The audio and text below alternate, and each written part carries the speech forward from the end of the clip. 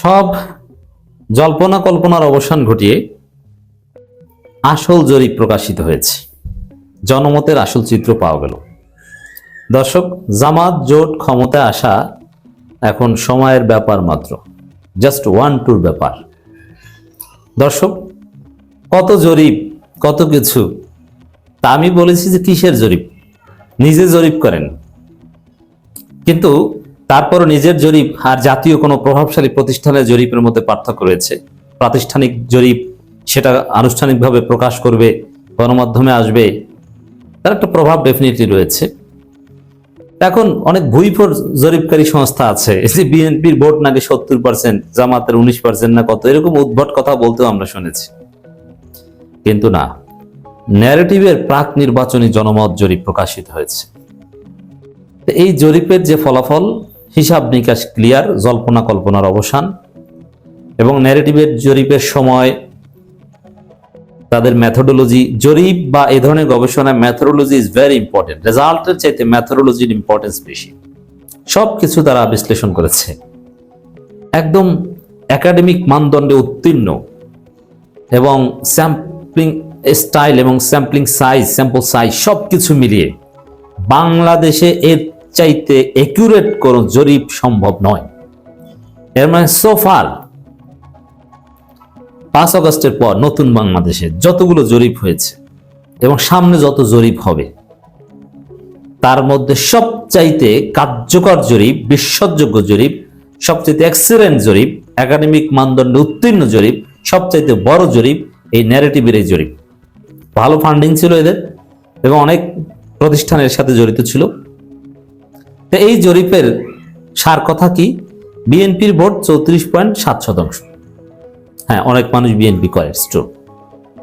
তারেক রহমান আসার পর বিএনপি নিষ্ক্রিয় লোকজন সক্রিয় হয়েছে, সেই অর্থে 34.7%।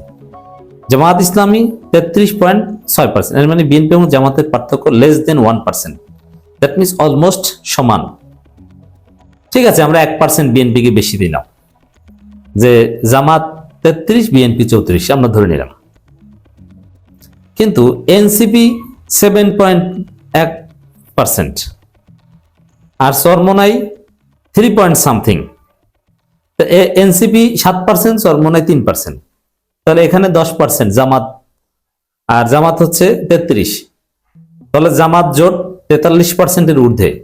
আরো ছোটখাটো জোট মিলালে, সব মিলালে জামাত জোট 50%-এর ঊর্ধ্বে। আর বিএনপি জোট 34 থেকে 35.5-এর বেশি উঠবে না। বিএনপি জোটে আছে কারা? গণঅধিকার পরিষদ। গণঅধিকার পরিষদ ধইনসা। গণঅধিকার পরিষদ কোন জরিপের সাবজেক্ট ম্যাটারই না। NCP is very important. NCP K Jamaat choose করেছে, এনসিপি কে জামাত নিয়েছে। কেন নিয়েছে এবার বুঝতে পারছেন? জামাত কি একদম ইমোশনাল হয়ে আবেগে সিদ্ধান্ত নেয়? না, আমি বলেছি জামাত কাকে কয়টা সিট দিবে, চরমোনার সাথে যে কঠোরতা, যে তাদেরকে 40-এর বেশি একটাও দিবে না, এটা যে বাস্তব ভিত্তিক, এবার তো দেখলেন। এখন দেখেন, চরমোনার সিট তো বাস্তবে এই জরিপের উপর ভিত্তি করে তার এতদিন 40টা দেওয়ার কথা ছিল, তাদের সিট দেওয়া উচিত। এনসিপি কে যদি 30টা দেয়, 7.1% ভোট নিয়ে বা 7% ভোট নিয়ে যদি এনসিপি 30টা পায়, তাহলে 3% ভোট নিয়ে চরমোনায় 14টার বেশি পায় না। বাস্তবে এটাই যে, এবং অনেক বিশ্লেষক এটা বলেছেন যারা রাজনীতিতে বিভিন্ন পলিসি প্রেসক্রাইব করেন, যে কাকে কয়টা সিট জামাতের দেওয়া উচিত। জামাত যদি সরকার গঠন করতে চায়, জিততে চায়, তাহলে অনেকে বলছেন যে চরমোনাইকে 12টা দিয়ে দেওয়া উচিত। চরমোনাইকে 12টা দিলে তার মধ্যে 3-4টা তারা জিতে আসতে পারবে। That would be very excellent. জোটও টিকে গেল, বৃহত্তর পারপাস সার্ভ হলো, এবং আরো অনেক সূক্ষ্ম বিষয় আছে। দেখেন, চরমোনাইয়ের ভোট বর্তমান বাস্তবতায়, বিশেষ করে ছাত্র সংসদ নির্বাচনগুলোর দিকে একটু তাকান। চরমোনাইয়ের কোনো ছাত্র সংগঠনের কোনো আলোচনা ছিল, কোনো এক্সিস্টেন্স ছিল না। তো সেই জায়গায় একটা সময় ছিল, বা এনসিপি যখন ওইভাবে আত্মপ্রকাশ করেনি, শূন্যস্থান ছিল, তখন চরমোনাইয়ের ভোট, অথবা আওয়ামী লীগের সুসময়, মানে আওয়ামী লীগ আমলে চরমোনাইয়ের সুসময় ছিল, তখন হয়তোবা অলমোস্ট 7-8% আমরা বলতাম। কিন্তু এখনকার যে রিয়েলিটি, এবং ন্যারেটিভের জরিপের চাইতে কোনো জরিপ শ্রেষ্ঠ জরিপ নয়। ন্যারেটিভের জরিপে শ্রেষ্ঠ জরিপ। ন্যারেটিভের জরিপের উপর পারলে প্রশ্নবোধক চিহ্ন দিক কেউ, যে এই জরিপে এই সমস্যা সেই সমস্যা, এটা এই কারণে চলবে না, বলুক পারলে। কে বলবে? না, এরকম বলার কিছু নেই। অর্থাৎ একাডেমিক ম্যাথোডোলজি যারা বুঝেন, সোশ্যাল সায়েন্সের জরিপ কখনো পিওর সায়েন্সের মতো হয় না। 34.7%, 33.6% ডাজন্ট মিন দ্যাট অনলি এটাই, এক্স্যাক্টলি এটাই না, এটা কখনোই না। In spite of having huge limitations, social science জরিপের সার্ভে ম্যাথোডোলজির লিমিটেশন থাকা সত্ত্বেও ন্যারেটিভের এই জরিপের ম্যাথোডোলজি যেটা এক্সপ্লেইন করেছেন তাদের এই জরিপ প্রকাশ করার সময়, এর চাইতে শ্রেষ্ঠ কোনো জরিপ চরমোনাইতে দূরের কথা, সারা পৃথিবীর কেউ পাবলিশ করতে পারবে না।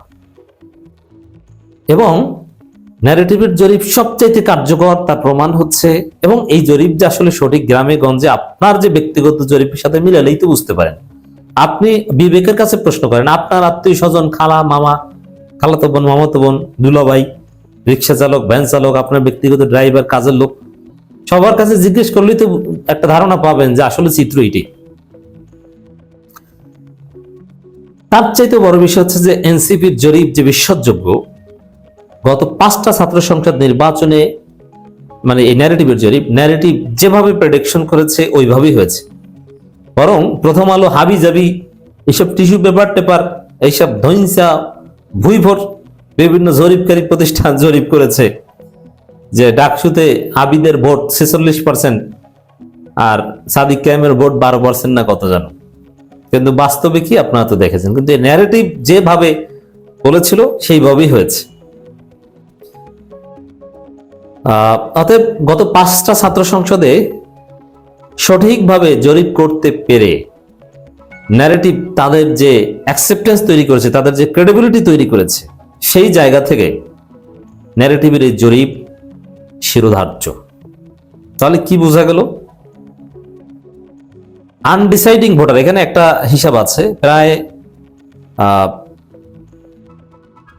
17% এখনো ডিসাইড করেনি যে তারা কাকে ভোট দিবেন। তার মধ্যে বেশিরভাগ ভোট এনসিপি, অথবা দেখেন যারা আনডিসাইডেড, এখানে এই জরিপে উঠে এসেছে শিক্ষিত, তরুণ, বিপ্লবী, উদীয়মান, এই ধরনের লোকজন জামাত এনসিপির প্রতি ঝোঁক, আর শ্রমিক বা ব্যবসায়ী এদের ঝোঁক বিএনপির প্রতি। আচ্ছা, সাধারণ মানুষ কার মাধ্যমে প্রভাবিত হয়? এই শিক্ষিত, তরুণ, এদের মাধ্যমেই তো প্রভাবিত হয়। তাহলে যারা আনডিসাইডিং, আমি 15% ধরলাম, যারা এখনো সিদ্ধান্ত নেই, ওই 15%-এর 14% লোক ভোট দিবে জামাত এনসিপিকে। ইনস্ট্যান্ট জোটের যে হিসাব নিকাশ এখন পর্যন্ত যেটা এসেছে, আমি একটু, যে জামাত 33%, বিএনপি 34%, একটু কম বেশি আছে, চরমোনাই 3%, এনসিপি 7% এবং আদার্স 2%, এটা ধরলে জামাত জোট তো 45% এখানেই হয়ে যায়। তাহলে যেটা বেড়ে মোটের উপর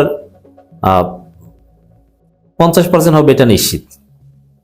তো এ থেকে স্পষ্ট বোঝা যায় যে আগামী নির্বাচনে বিএনপির চাইতে কমপক্ষে 15% ভোট নিয়ে জামাত জোট ক্ষমতায় আসবে, এবং সেটা আসা 1-2 ব্যাপার।